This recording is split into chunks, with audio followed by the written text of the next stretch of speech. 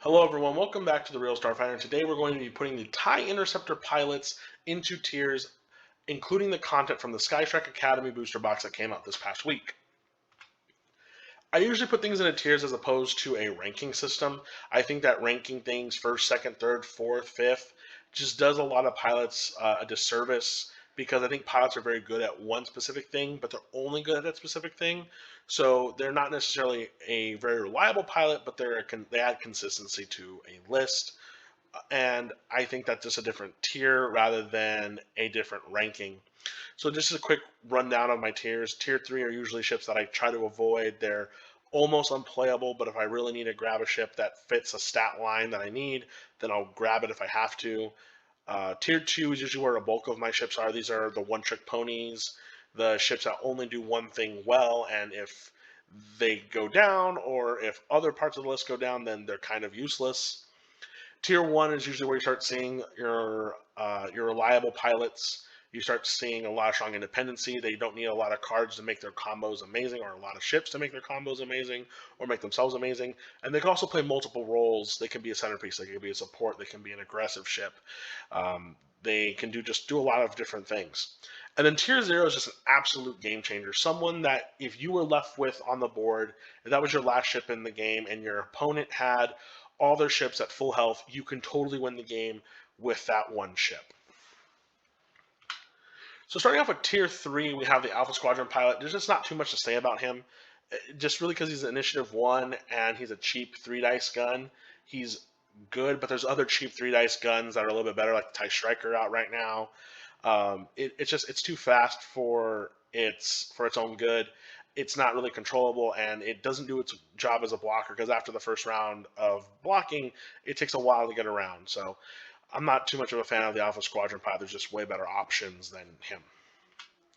Next in tier 2, we start off with Lieutenant Lore. He just came back in the Skystrike box, and his ability to do the curved barrel rolls is nice, but it's nothing game-changing or groundbreaking. It's kind of just neat. Siana Ree, she's tier 2. I mean, with her pilot skill, you think she'd be a little bit higher, but her initiative is 6, which is great, but her ability is absolutely horrendous in my opinion. After you perform an attack, if the defender was destroyed, gain a stress token. That just punishes me for playing X-wing. I don't want to be punished for playing the game of X-wing. So I really don't like that ability. That ability is absolutely tier 3. Her second half of her ability, the second half ability, is a little bit better, but at what cost do I really want to have another ship be destroyed just to remove a stress token when the TIE interceptors remove stress very efficiently on their own? Next, we have Commandant Goran. Now, it's pretty bold to put him in tier 2, considering that a list featuring him won the Gold Squadron podcast finals this past weekend, but that list won without Commandant Goran's presence through the second half of it. I think Commandant Goran adds consistency, but doesn't make your list any better. I think a lot of it has to do with how well you fly and how well you set up that combo, but he can't use the ability on himself, so that brings him down a little bit, and all the ships that he uses on have to be a lower initiative than you, so you're already blocking out pilots or initiative 5 and 6 pilots from being in a list, and to me, I'm just not a fan of that. On the higher end of tier 2, we have Nash Windrider. Now, Nash Windrider can do his ability on himself. He can use it on other people, no matter what the pilot skill. But at initiative 2, he's going to get danced around a lot. He can get picked off a lot. There's just a lot of things that Nash Windrider can do, but will he survive to see himself do it? Probably not. If he does, then I think we're just going to see a lot more tied games. I think he has a really cool ability, but it could be also just neat.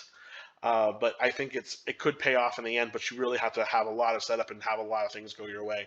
There's just a lot of things that have to go well for your list and Nash for it to be great, or a lot of things have to go bad for him to go off. And if you're using him a lot, then you're probably in a bad position with your ships just getting blown up left and right, and they probably have something that you can't stop or can control them shooting you with.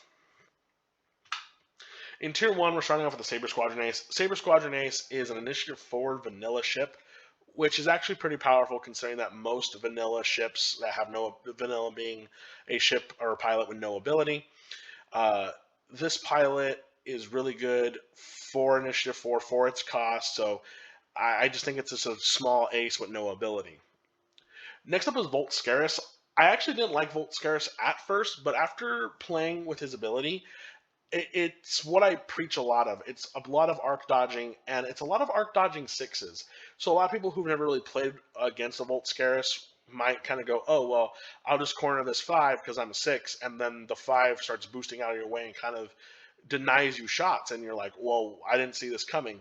He's basically a 5 for when you don't complete these things, or if you just don't have a 6 available, then your 5 is your ace. It just depends. But his ability gets around 6s, gets around almost everyone, because he's usually the last one to move.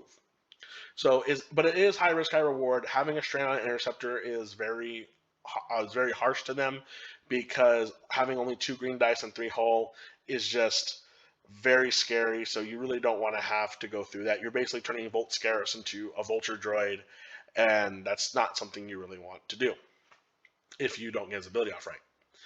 And then at the top of this, we have Gideon Hass. Now, Gideon Hass basically performs his one trick all the time, but it can be used. It's really good at beginning, middle, and late game. If you're able to save him till the late game and make sure he's at full health, and the rest of your list goes down and they have a damaged ship left, Gideon Hass basically is always turned on. He has a 4 dice attack at range 3, a 5 dice attack at range 1. He sets up really well. So if you have a bunch of 6s in your list and Gideon Hass is your last one to shoot, basically Gideon Hass is just going through mopping everything up with a 4 or 5 dice attack.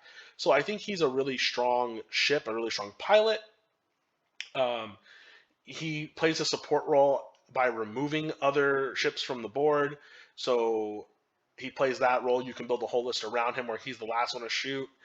And he's absolutely an aggressive pilot. So Gideon Hass is definitely a tier 1 pilot for me. Going into tier 0, we're starting off with Turfanier. This is one pilot that you might be surprised is tier 0. But I want you to take a look at both Turfanier and Soontir Fel. They both have the ability to do triple actions in a turn. Where Soontir does his reposition ability, and based on his position, he gets his token, Turfanier gets his by taking his token, doing an aggressive push forward, and then barrel rolling out of the way so he doesn't get shot. That is incredible to me.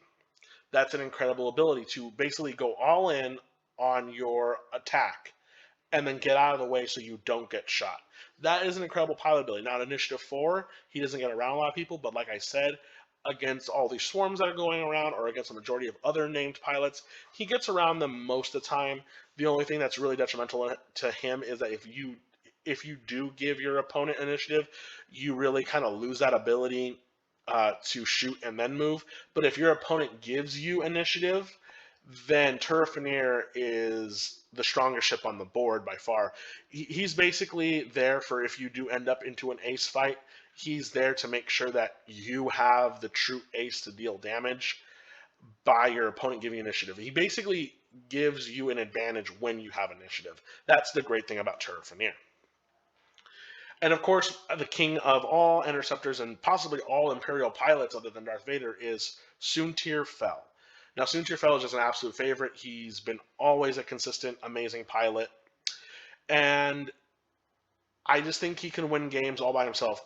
Like almost every game where I play Soontir Fel, I maybe get 1 damage on him in like an entire tournament. And a lot of tournaments where I've played him, I've maybe gotten 1 damage on him. Dogfighting him is hard as heck.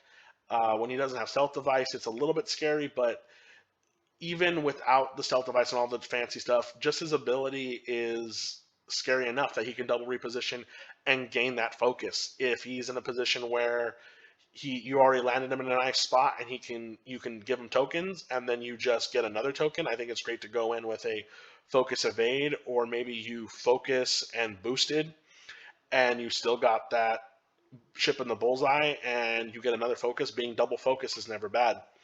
But Soontir Fel is really great. The only thing that really makes him stronger and better is Predator. You just put Predator or Marksmanship right there for very little points, and he's a very, very deadly pilot. Like, I think he's just an absolutely phenomenal pilot. You have to fly him well. but that's really what all these tier 0 ships imply, is that they're tier 0 if you fly them well.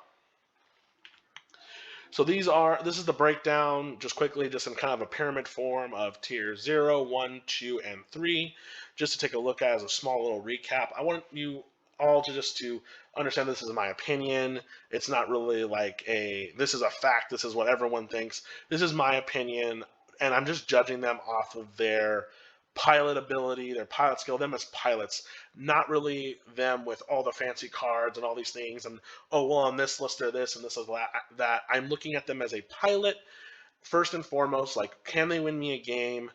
Are they great pilots with great abilities that help me play X-wing and play X-wing well?